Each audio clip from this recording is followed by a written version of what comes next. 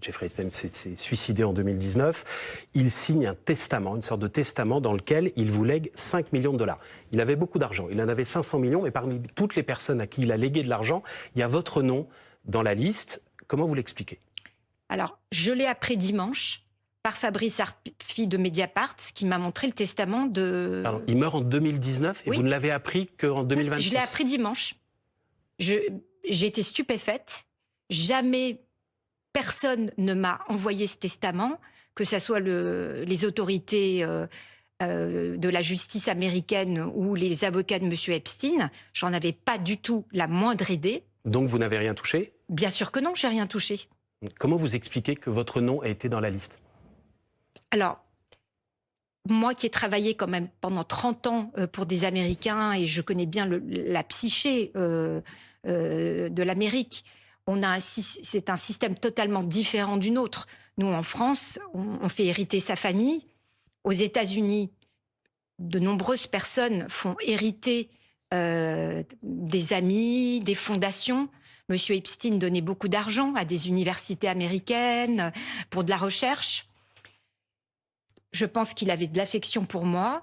Il voyait que j'étais une mère seule, avec 2 enfants.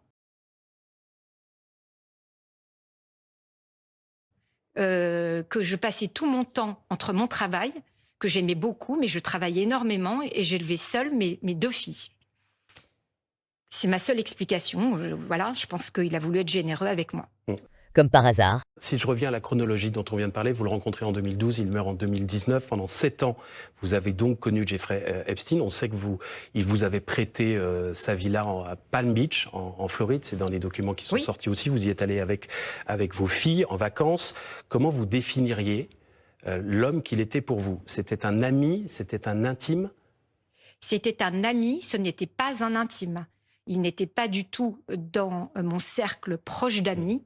Il vous a écrit intime. Dans un mail, j'ai l'impression de faire partie de votre famille. Mais c'était son sentiment à lui. C'était pas, ce n'était pas un intime, c'était un ami. Je ne dirais pas le contraire. C'était quelqu'un de sympathique.